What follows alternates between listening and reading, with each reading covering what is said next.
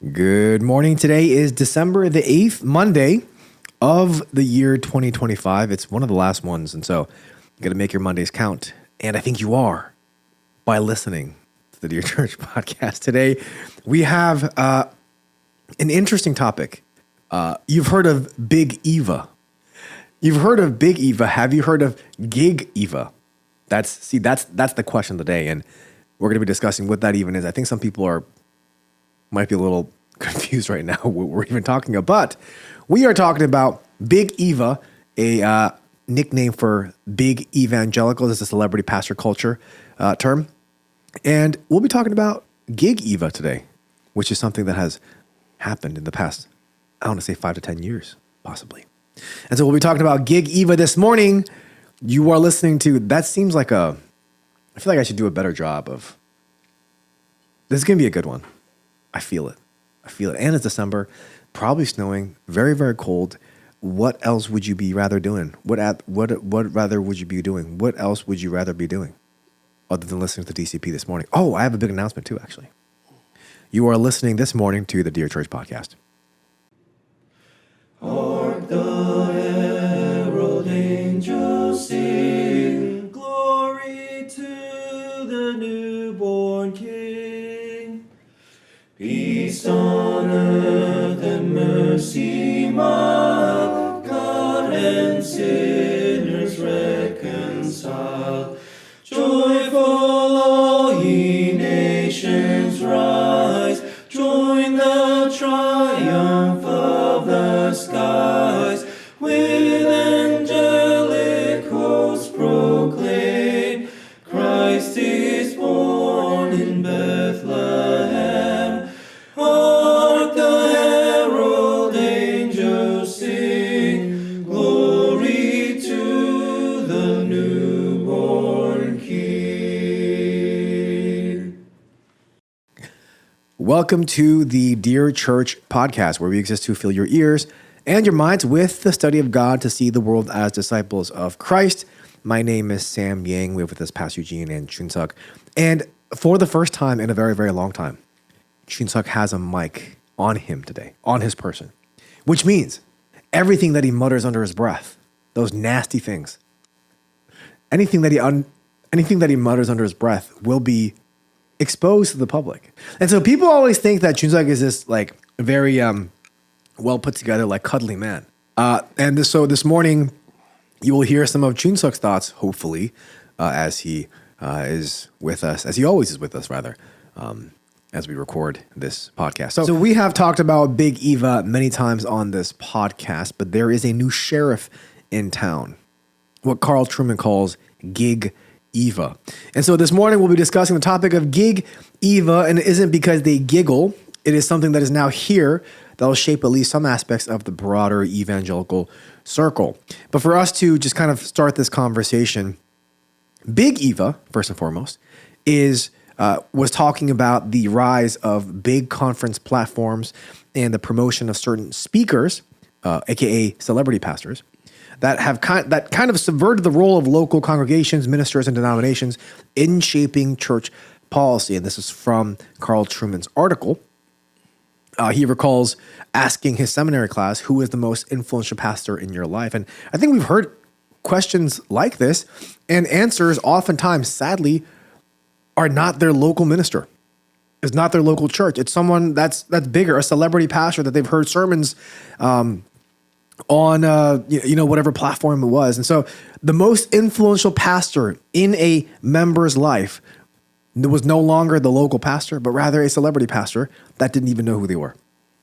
And so that was kind of the challenge of Big Eva. But now it seems like the era of Big Eva has run its course, and the Protestant scene in the U.S. is now dominated by Gig Eva. Carl Trueman uses this term by referencing the broader business dynamics in the U.S. now referred to as the gig economy, which is a term that describes the shift from the traditional business model as sources of income to the more informal network, I guess you could say, of opportunities offered by new media. So, for example, Uber has taken over licensed taxi drivers. Airbnb has taken over the world of hotels. What is Paris Hilton going to do when people don't go to Hilton hotels anymore? Except for Airbnb. And so, the world is changing. Business is changing. And so also in the world of evangelicalism, Big Eva is now being challenged by Gig Eva, aka social media pastors. So in Gig Eva, anyone with the time can now go online and become a celebrity without having proved himself beforehand in any real service to any church. They really have no accountability, only to themselves. And it's dangerous because at one point, if you are a social media person, even if you just make content right on social media, you have to sell your product. And so if you want to sell your product, you have to be more wow than the next guy. And so these social media pastors can oftentimes have content that transgresses boundaries on social media, attacking people, perhaps even making shocking defenses of famous villains like Hitler. I don't know. They might do a bunch of different things. And so Gig Eva can now attack from far away. And the danger of this is that there's a lot of people that are on social media are influenced by this. And so it may even reshape parts of Christian culture. And that's what Gig Eva is, according to the article by Carl Trueman. So Pastor Eugene, this morning, I wanted to ask your thoughts on it. I know we were talking about Big Eva for a while, celebrity pastor culture, all that. Now we have almost transitioned into Gig Eva, where we have social media pastors. Any thoughts on we this? had Big Eva, like the Gospel Coalition. Mm-hmm. We had Russell Moore, Tim Keller, and we could even have said J.D. Greer, even R.C. Sproul. John MacArthur would have fallen under Big Eva, the Big Eva tent.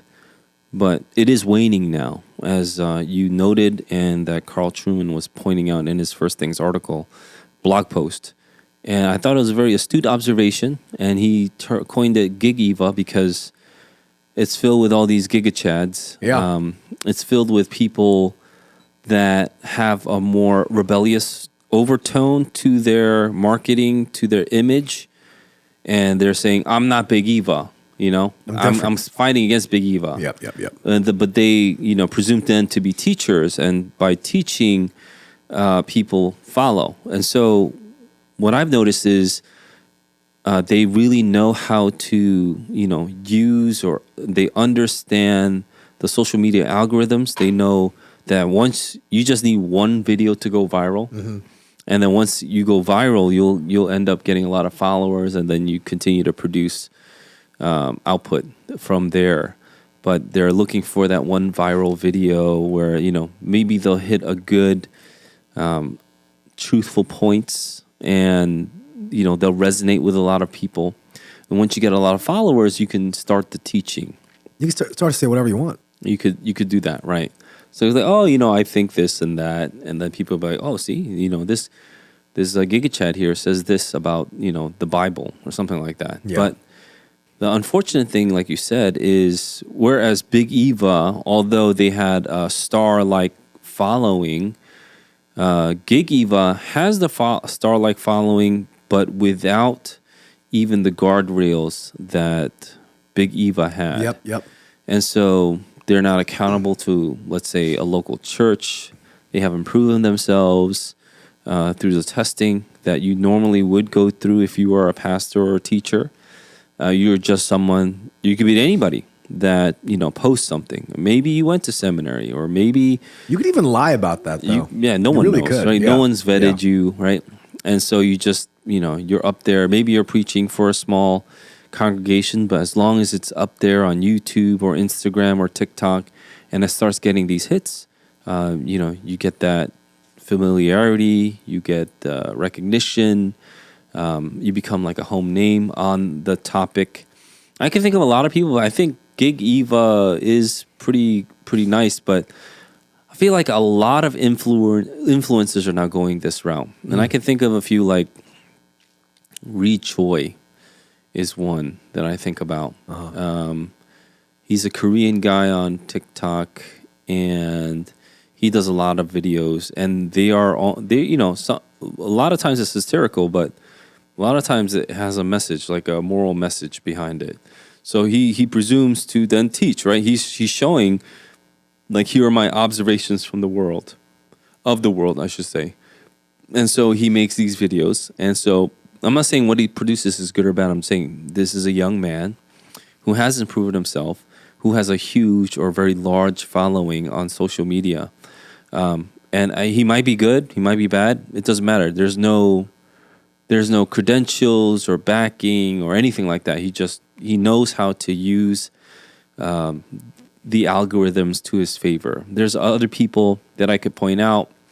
There's a guy named Alex Juardo. I think that's his name. Jurado.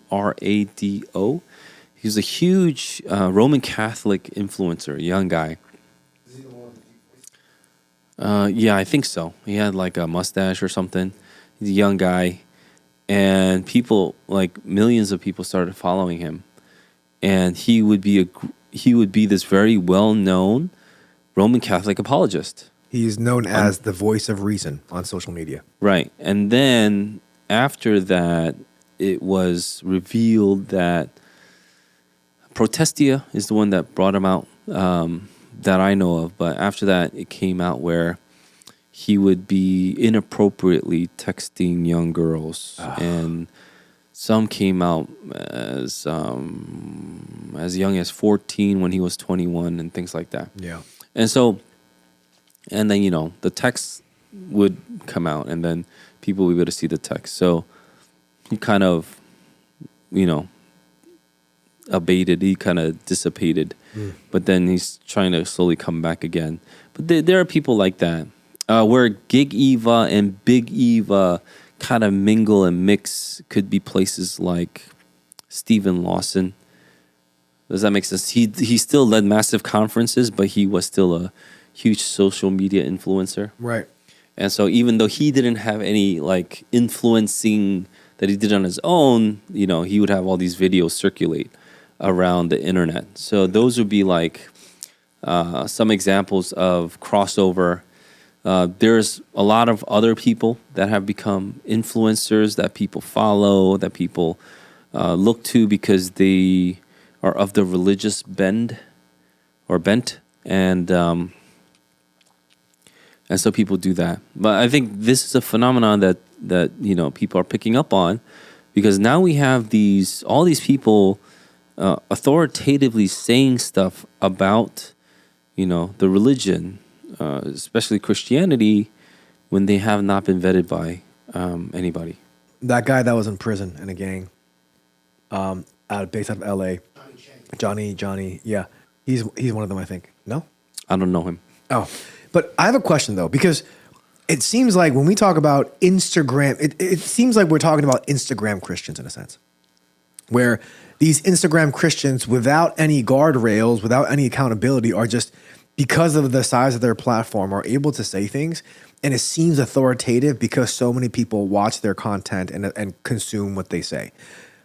So you brought up the likes of Steve Lawson, and it makes me wonder,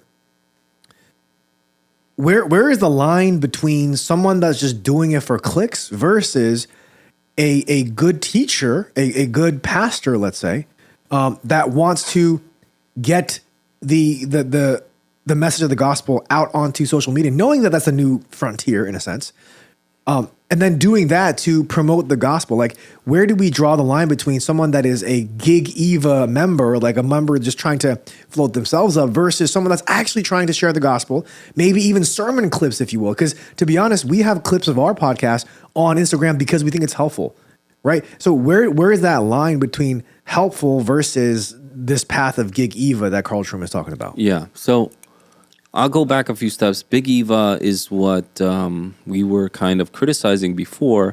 Carl Trueman would say Gig Eva is like Big Eva, but worse. Yeah. Because of the non-accountability. Right. And so one of the things that you'll see is if you marginalize local bodies or local churches, if you feel like, those guys are the bad guys and you feel like, oh, they should just be listening to me for theology, that's the issue, okay? I see. I don't mind if people give their takes on doctrinal views. Where is it from? But if you go, this is just my feelings on it. This is what I hear a lot. I feel like this is it because of my experience. I think there's a big issue. I take issue with that. And so if this is, let's say, for example, us, if this is the orthodox, the confessional views that we hold on to, this is the reform, like the classic biblical reform view that we want to hold on to. So this is what the church has been teaching, and we say that. That's different from saying, I feel like the Bible says this because I'm going to draw from Aquinas here and then Augustine here, but I'm also going to go to Martin Luther here. So I'm going to take and pick and choose what I want, right? So that's a lot of like what Big Eva does, but maybe they don't even go that far. Maybe they'll just go with, this is my experience. I had this experience and it's a real experience. Yeah, yeah. I wanted to point that out because I didn't want to just stay on Big Eva, which we can, but I wanted to point it out because that's basically the whole influencer sphere right now. Yeah, yeah. So if you want to be an influencer, it doesn't matter what area it is, whether you're doing podcasts or you're doing kind of like short vids or you're doing some kind of influencing somewhere. Yeah. It doesn't matter if it's in politics or in makeup or in religion, whatever it is, or a video game or mukbang or eating, whatever it is. It's basically that, right? You're saying, follow me because I have something to show you. Yep. And it became this kind of mingling of entertainment plus this is the truth. This is I'm shining light on something that you didn't know about. There's almost like a Gnostic kind of feel that we're getting from all these influencers. Like subscribe they have this, and you'll know. Yeah, they have the secret knowledge that we should follow them because nobody else has that knowledge. So once that happens, I think red flags should go up. So if I follow this guy, he definitely seems to have something that other people don't. And that's what, titillizes people. That's what gets people going. This is what like really excites the ears, right? It tickles your ear. And so that's the danger there. So we're like, reform view, that's kind of boring. It's old. It doesn't work. I have something new. And they'll say something maybe to the effect of, church is right here. It's in my heart. They'll say something like that. I don't have to go to a local. So if you say, are you a member of a local body? Are you given to your, have you given yourself over to and submitted yourself over to their authority? Because I'll tell you the truth right now, if it came out that either the podcast or my social media posts were harming, were inciting violence, I don't know, something like that, right? Or were doctrinally like heresy, the church would hold me accountable. Like the session would say, why'd you post this heresy? If I went out and said, Jesus Christ was a man before he was God and he became God later. If I said something like that, right? Like, what's his name? Bill Johnson, something like that, right? The church would hold me accountable. The session would say, that's heresy. And you espoused heresy on your social media. No, it's a private account. I'm just doing it for clicks, that kind of thing. That wouldn't fly, right? Does that make sense? Yeah. And so when you are espousing doctrinal views and you're a teacher, then you must be held accountable. But all these young people, they're not, teachers. They're not qualified teachers. They haven't been tested. Maybe they are not even members of a church.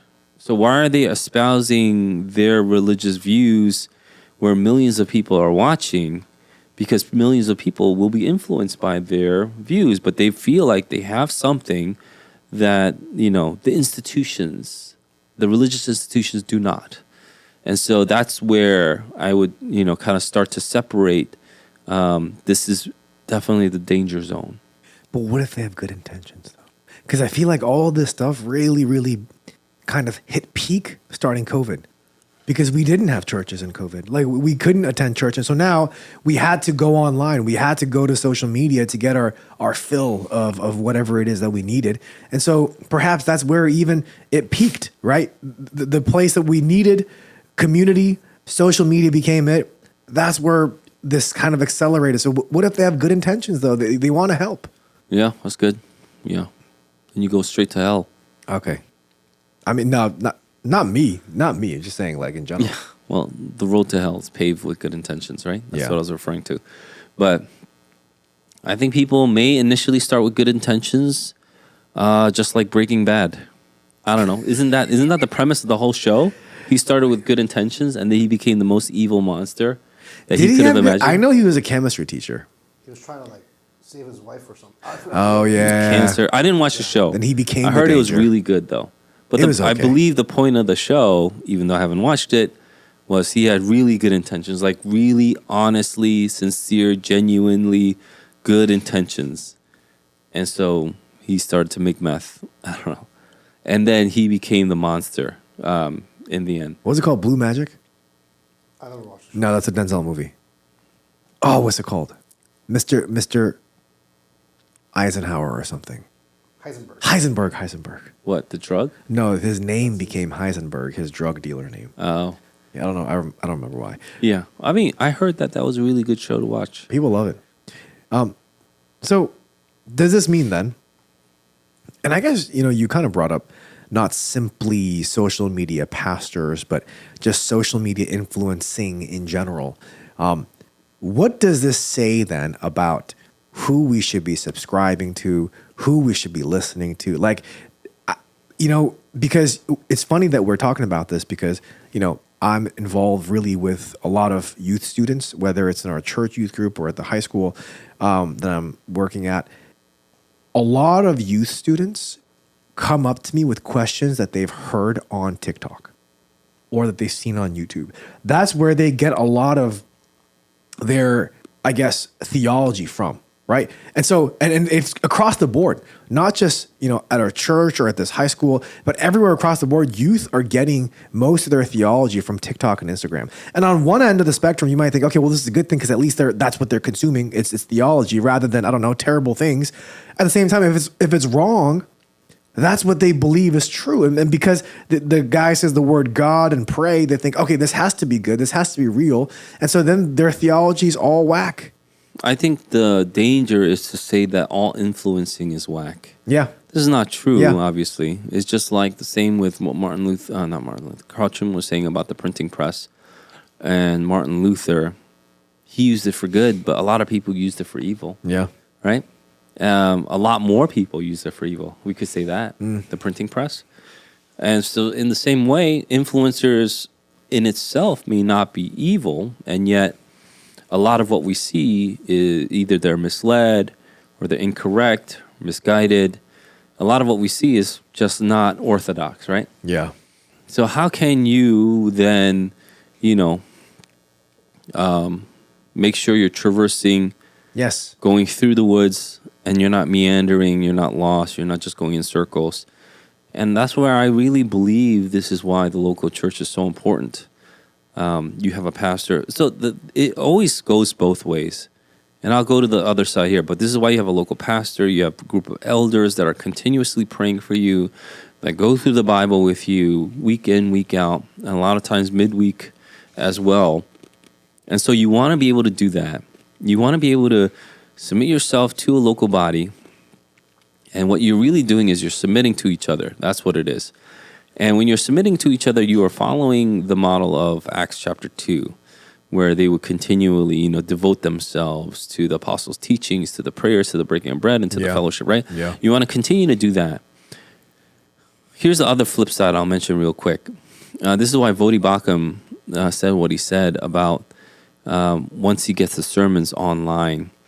Once you turn on that camera and other people are watching your sermon, the danger is you're no longer preaching to your local body, but you're preaching to the bigger audience outside. So you're preaching for the potential audience of, the millions on YouTube or Instagram or something like that. Yeah. That's the danger of local pastors now with, that connectivity to social media platforms. So one thing you want to do is you want to make sure that especially if you're a local pastor, you are still preaching and you're still teaching and you're keeping in mind the people in your local body, because those are the people that you will be accountable for.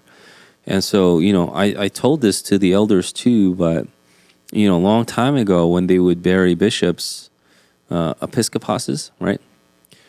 Episcopoi, right? When they would bury bishops, facing west. Yeah. Everybody else, when they were buried, they would be buried facing east because Jesus is going to come from the east, right? So they wanted to make sure they were facing east, right? The reason why the pastors or the bishops were buried facing west is because when Jesus comes, the bishops will be raised facing their local congregation because that's who they would have been responsible for. Yeah. So Jesus is going to hold you accountable to your local body. And I say this to now the pastors and the elders of the church. You're not responsible for, that YouTube listener that happens to stumble across your sermon is blessed by it. That's an additional benefit. That's like gravy. That's great. We're glad if this is a benefit, but you have to be able to submit to your local body. And if you're a leader, you must submit to your local body as well. Meaning you need to give yourselves over to the raising of the local body. You have to pray for them and you need to teach them the word. Those are the people that you are responsible for. Influencing is not necessarily a bad thing, but influencing, saying I'm going to be an influencer and have no local body that I'm accountable for or to is a bad thing, right? If you are in anything, even beyond religion, I would say, if you're not accountable to any body, like any body or institution, that's an issue. I think there should be people that you should be accountable to. Let's say you're an influencer on video games. Let's say people want to watch you play Valorant or whatever it is, League of Legends, or what is it, Fortnite, whatever it is, like the games that Clash they play. Royale. Sure. Minecraft. Yeah, Minecraft's still big. Let's say you want to be an influencer there, you have a Twitch open, you have all these, people following. If no one's accountable to you, that's a problem for me. Even if you're just streaming games. That makes sense? Yeah. If your wife can't keep you accountable, that's an issue for me. If your wife can't say maybe you should take it down a notch, maybe you shouldn't play till 4 a.m. or whatever it is. If she can't say that to you because this is how you make your money and she can't touch you in this area, that's an issue. And so if you are in the influencing field, and this is what a lot of people want to do, and now it's just basic marketing, I suppose, for a lot of companies, you need someone accountable to. You need to be accountable to somebody. I hope that makes sense. No, it makes sense. And the I guess negative of Big Eva was that they were accountable to themselves, right? Because at the end of the day, who are they really accountable for? It's their celebrity pastor, they're accountable to themselves.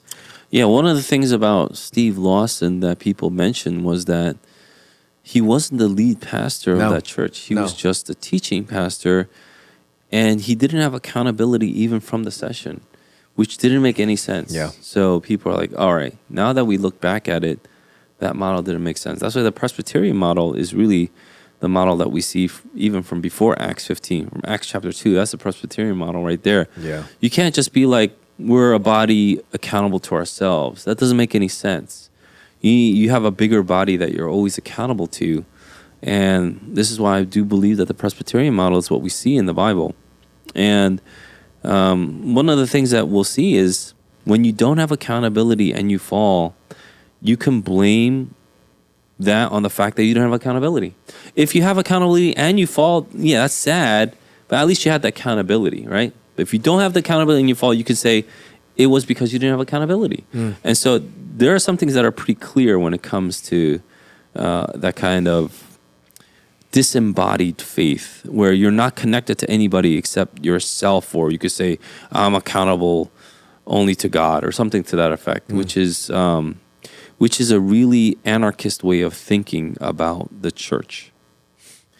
So, knowing all of this, then, I would assume that we have to be wary of, who we're subscribing to, if you will, even on YouTube or Instagram or TikTok or whatever it may be. So how do we navigate that? I mean, I guess it's just a wisdom call, and perhaps that's more of like a social media episode type of question. But because you find Gig Eva online, And because we see that, we could be influenced by things like this. And I know that, you brought up the importance of the local church. And so we filter everything through what the scripture says. We get our theology, our meat from the local church. And sure, it might be useful, perhaps to listen to other sermons here and there. Like John MacArthur, like you said, is online. Vodi Bakum, R.C. Sproul, all their sermons are online. So I understand the usefulness of it. But how do we filter through? How do we discern through what is good and what is pure? And how can we go through our subscription list, if you will? Yeah, I think that's one of the dangers that we see. A lot of people listen to, let's say, podcasts or newscasts or some sort of commentary without any feedback from those that are around them. And these guys that are now the influencers, they're the big guys, right? They don't have an accountability system to them either. And so we have people. So this Gig Eva is not just a phenomenon in the church or from self-professing Christians. This is a phenomenon of our culture. Oh, yeah. And so you'll see people like Candace Owens or Tucker Carlson, where they were once part of a institution, or they were part of an institution, or they had accountability structures around them. But now they're off alone, and people are like, now that you could throw off your shackles, you could really tell the truth. Right. But now what we're seeing is both Tucker and Candace have, so to speak, gone off the rails, where even people that were fans of Candace Owens are telling me, I don't know what to believe anymore, because they really believed her. And so this is where I get to, when you don't have accountability and you know how to manipulate the algorithms, or what's good, what you can do then is you could always do unprovable facts. So you know how it's really hard to prove. It's really hard to disprove, let's say, a false truth, okay? A false fact, something they call truth. So I can say, you're cheating on your wife, Sam. And you'd be like, no, why is it always like a crazy sin with me? Like, no, but can we just do something like a little bit more benign? Like, no, it wouldn't be as fun. So, no, like what if I killed a dog or something? No, that's easy to prove because I saw the bones in your backyard. But I'm saying you're cheating on your wife, Sam. And then you'd be like, well, how would you answer? No. I would say, prove it.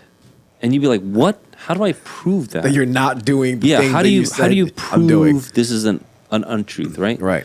So this is the tactic that Candace Owens or Tucker Carlson, this is something that we need to be aware of.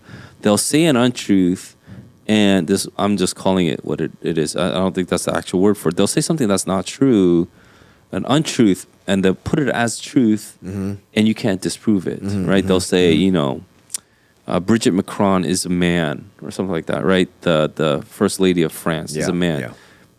How do you prove that? What is she going to go naked in front of everybody? Right. And then what? And then what are you going to say? You're going to say, oh, it's just a doctor picture. Then let me give you my blood test with the proof of genetics. It was doctored. Yeah. It was a doctored thing. So you can never falsify their claim.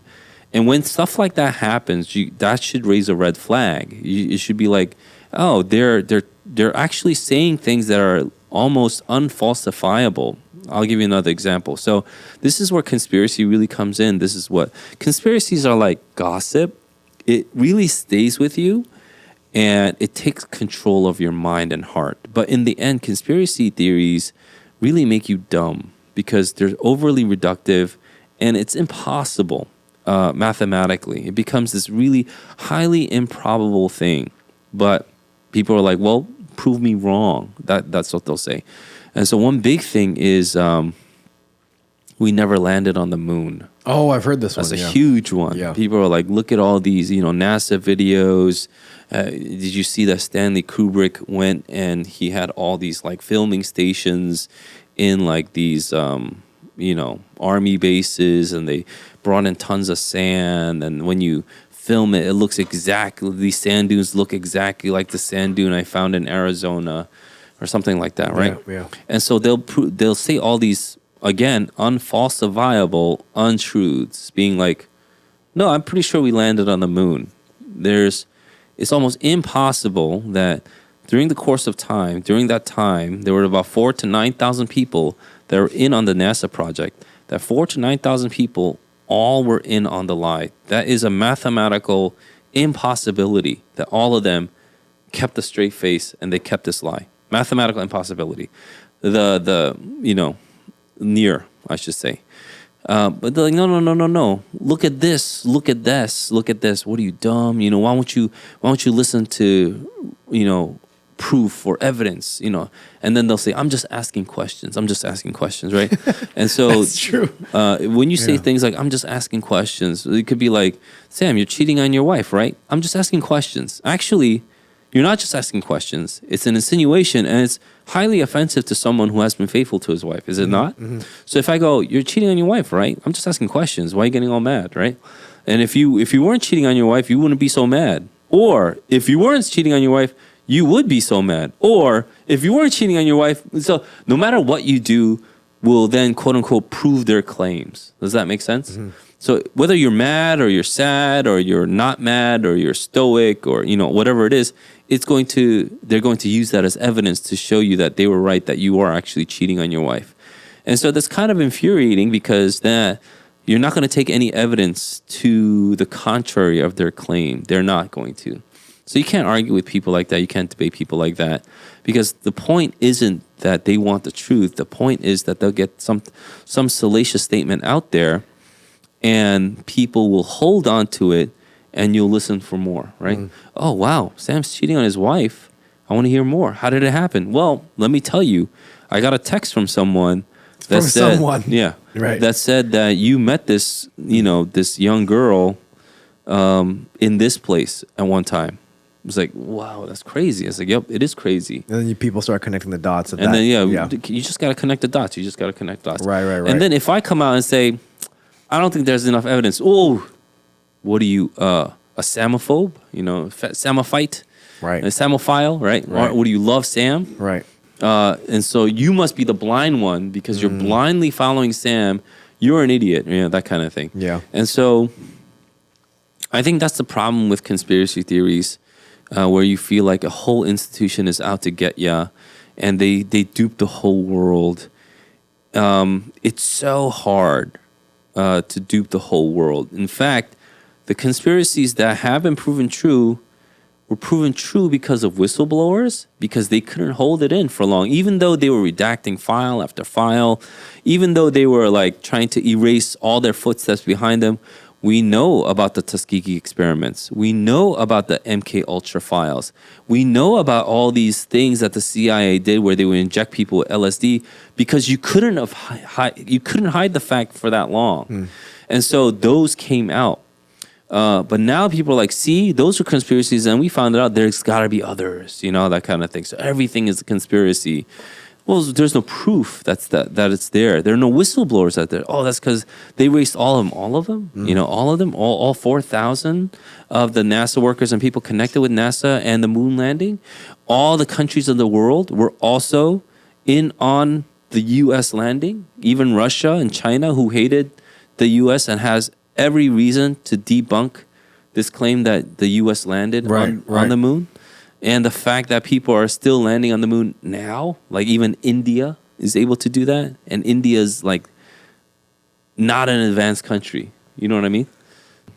But yeah, I think that's helpful for us to know because a lot of people do listen to political commentators.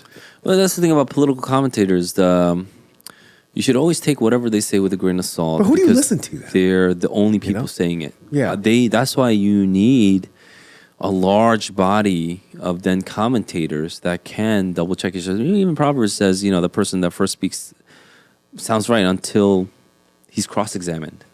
And so you always need a cross-examiner when it comes to like politics or some kind of information. I was having lunch with a group of friends and, one person said, you don't think Donald Trump's a fascist? And so I said, all right, we're going to have to break down the word fascism. And he's like, what do you mean? It's like, this is what fascism means. I think you were really referring to a police state. You think that we're going to go to a police state. And now that I've broken it down and took fascism away, and I redefined his understanding of what he thought of fascism as police state, I told him what a police state was, and then I was able to, break down why we won't be a police state under Donald Trump, right? And so I was able to do that, and then, he was reasonable enough to listen, which I was happy for.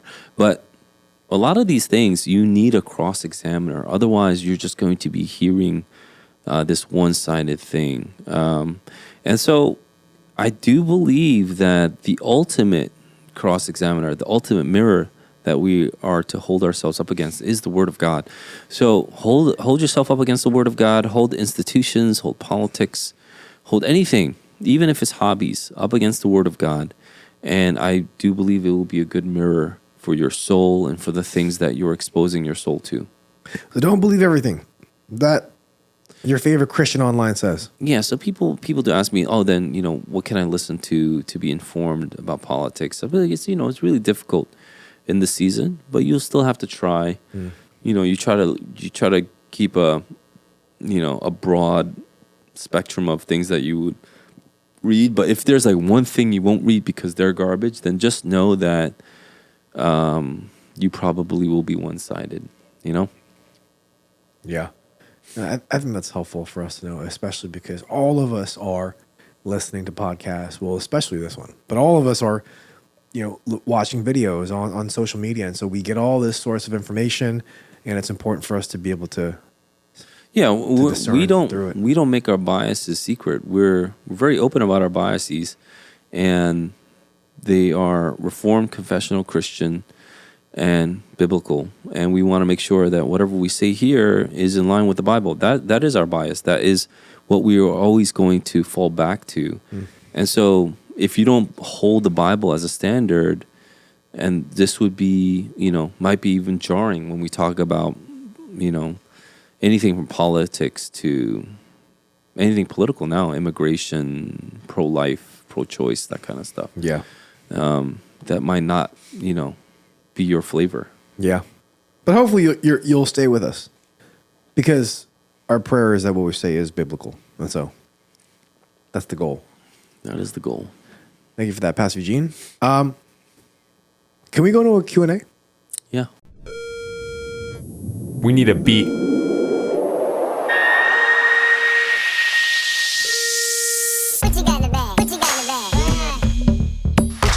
The question that we received today is we pray every Saturday during our AM prayer time for one of the biggest topics is for holiness, unity, and maturity. We say it's hum, right? We say a church that hums. Holiness, unity, maturity. What does unity look like in the sense of how unified does unified have to be? If we were to start from the top down, how much do elders have to agree on in terms of doctrine and application of doctrine for the session to be considered unified? How unified does a church have to be in politics, in perhaps gray areas, if you will? How unified do we have to be for us to actually be unified? What do we think about that? Yeah, I mean, this is a broad question. I'll start with the session needs to be unified.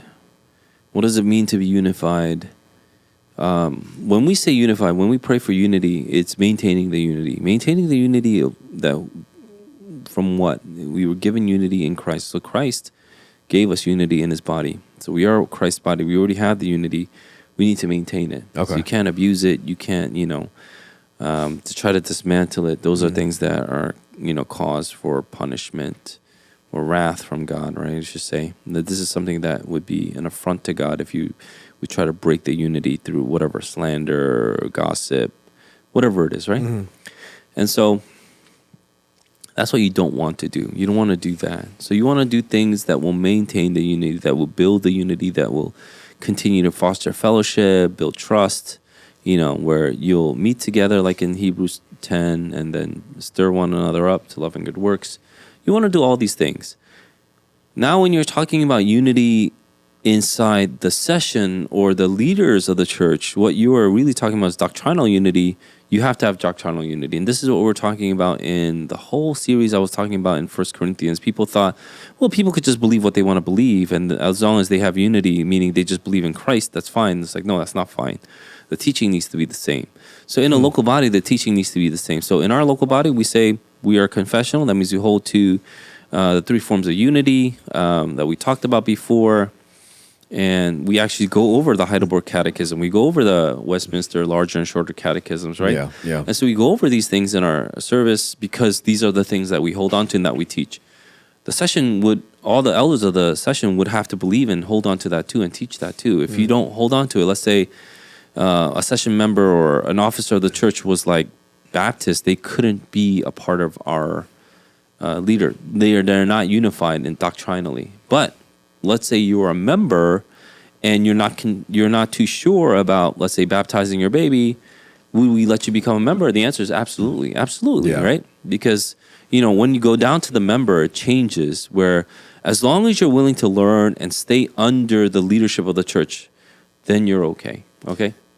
But as far as when we're talking about the leaders, they need to be unified doctrinally. Absolutely, yeah, absolutely. We could disagree about some things, but the major things you absolutely have to be unified. By some things, I'm talking about things like John chapter 8. It's not in the earliest manuscripts. Does it belong in the preaching, lectionary? You could agree or disagree, and that's fine with me. Because you could be like, no, it could be like, nah, I want to teach it, and you could be like, oh, that's fine. You know what I mean? That's not our make or break on on the unity.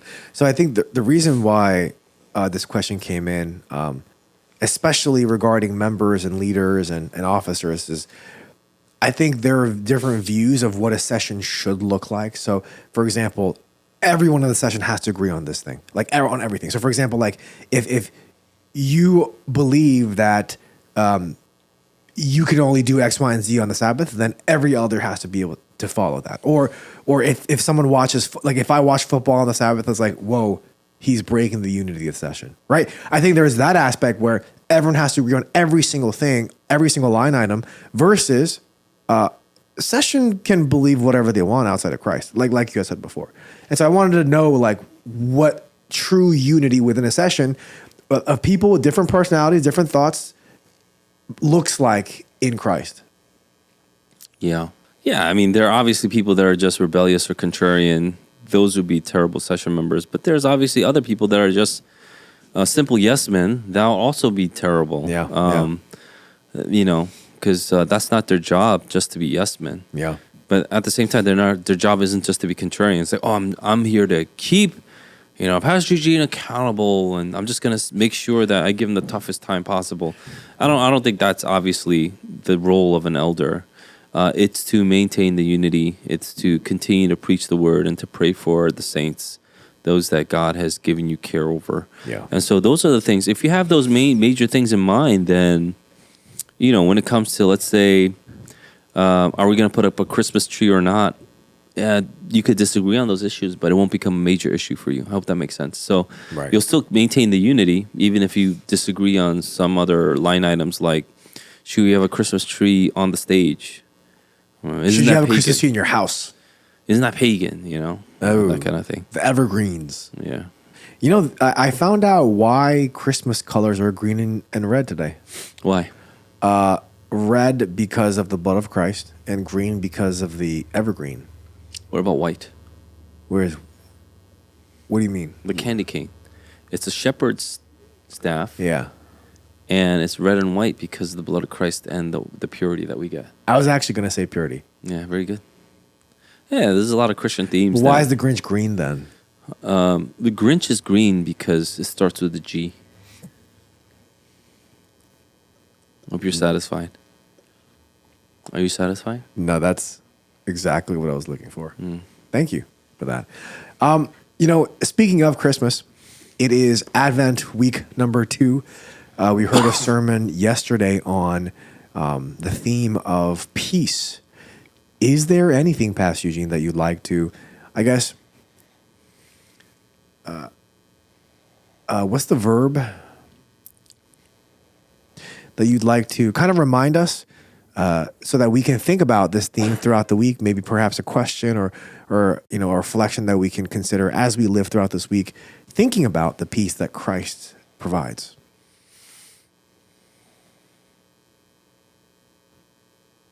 Nah. Yeah, I just randomly asked that one. Yeah. That was I'm off the good. top. You know what I'm saying? Good. What about you, Chansuki? What do you want to talk about Advent? Are we going to talk about peace? Yeah. Can you talk about peace? Can you say something about peace, actually? How can we have peace in the I have Middle a question. How can you have peace in the Middle East? What should Christians do if they don't have peace in their hearts? Oh, so what Chunsuk was saying was, I have a what mic now. should... Yeah, he literally spoke into the mic. It's a good question. Yeah. You probably have to explore what area of life you don't have peace in. And it could be a number of things. It could be sin. It could be trust, faith. It could be just the stage of life that you're in that you need to go through. It could be a season. It could be a number of things. Yeah. One of the things that we have to continue to do always is to preach to ourselves, especially when it comes to the promises of God. And that's something that we've been teaching for a very long time, right? You have to preach to yourself. And you can't let the world dictate. One thing that I remember that I heard from Lauren Cunningham, who's the founder of YWAM, that stayed with me, was he said, you have 3 voices in your head. I was like, really? He's like, yeah. You have the voice of God, the voice of I think it was the devil, and the voice of your dad. I think he said that. Obviously, I don't know where he gets that from, but it stayed with me because there's some truth to it, where you have voices in your head that are telling you to do things. Not like a crazy person, but like you hear things, where you're pulled a certain way or, feel like you should do this. And so you're not really supposed to listen to any voice in your head. I mean, if I'm gonna be frank, you're supposed to tell your head what the truth is. And that's why you see all these psalmists talking to themselves, basically preaching to themselves. Why are you downcast, O my soul? Put your hope in God. Yeah. The voice is teaching the soul. The soul isn't teaching the voice. And so one of the things that we have to do is we have to continue to preach to ourselves. And we were in a little session with Darrell Harrison the other day, and he said something similar that I thought was pretty profound. He said, we're not to listen to ourselves, we're to talk to ourselves. And so that's actually a very good statement too. And so it goes along the lines of you need to preach to yourself. You can't listen. So we're not to listen to the world. I don't care what you categorize the voices in your head. You're not supposed to listen to that. You're supposed to tell your head what to think. You're supposed to tell your body what to think according to the truth of God's word. So if there's no peace in your heart, number one, I'll try to figure out exactly where you're coming from, what dimension, because yesterday I would have talked about the dimensions of peace, 7 dimensions. And then the next part is you need to preach to yourself the truth. And, you have to also understand that peace is given by God. Yeah. And so this is something that God promises his children. Yeah. Thank you for the question, Chunsuk, and thank you for the wise, the wisdom. Well, let's just do one more fun thing. What's a fun thing? What's a good Christmas gift you've gotten so far? Nothing. You haven't done anything yet. I haven't gotten anything yet. No, you haven't done any exchanges yet. Right? Junso, have you gotten anything yet? Actually. I got a 5,000 milliamp hour power bank during our preach team potluck. What does that even mean? I don't even speak English. What is that even like? And then it was the wrong item that was delivered. The person that actually got a 10,000 milliamp one, so he took it back. So Were you supposed to get 5,000? You were supposed to get 5,000? No, I was supposed to get 10,000. He has a mic and you still don't understand him. That's No, the I don't know crazy thing. what do you mean milliamp? I just know It millirock. has more juice, pretty much. It has double the juice. So what does that do? Charge it faster? No. Charge it harder? Like, what do you mean? Yes, it charges it harder, Sam. Like with more effort and gusto? It could charge my phone more times just with one full charge. Oh, just say that then. My goodness, 10 milliamps. Milliamps. What's a millivamp? Oh, that's a great gift. Yeah, we only had one gift exchange so far. Yeah. And so Junsa got the phone battery. I got 2 bags of rice. Wait, that's a lot of rice. Like the big ones? Two 15-pound bags.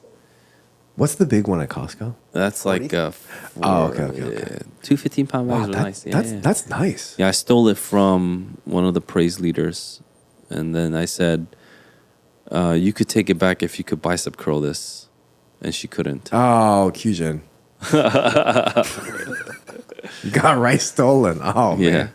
And then so, people thought that I was just joking, that it would be impossible.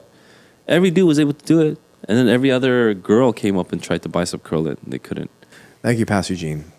Hopefully, we could talk more about gift exchanges next week as, we'll be moving forward. And I hope you get a good one, Sam. thank you. I have a good one for you. For me, my announcement. Spotify Wrapped is out for the first 10 people that show us that you are a top 1% listener of the Dear Church podcast. I have a surprise for you. Top 1%? Well, isn't it top 1%? Dang, what am I? There has to be top 1%. If you can, Top 10%. okay, fine. Top 10%. If you can prove it, screenshot, send it to our email. I have a gift for you. It's a good one this year. So Dang. What's your listening age? I don't even know. I think I got 36 or 38. Dang, I got 96. What does that mean? That means that you listen to music that a 96-year-old, if they Yeah. that they would have listened to, like that kind of thing. Yeah. What is that? What do you listen to? Like, It says, since you were into music A from the late Mozart. 40s, I see. your listening age is 96. Which is dumb. I don't know who looks at this stuff. But if you are in our top 10% Yeah. listeners, We have a gift for screenshot you. it. We have a really good gift for you. Yep. Really good. Yep. So send it to us, and First you will who? receive first 10. First 10. Wow, that's a lot of gifts. It is, but We'll go bankrupt. it's We don't even have a budget. we're pulling it from somewhere. I'm pulling it from Sam's salary. What about Apple Podcast? Nah, Spotify. Yeah. You got to get with the times, honestly. Well, hopefully you're listening on a platform that can tell you that you're top 10%. But thank you, Pastor G. Thank you, Chunseok, for joining us for the first time. It was a delight having you here. And we thank you for listening to this episode of the Dear Church podcast. We hope and pray that this has been a blessing in your ears. Fight the good fight, finish the race, keep the faith. Peace. Peace.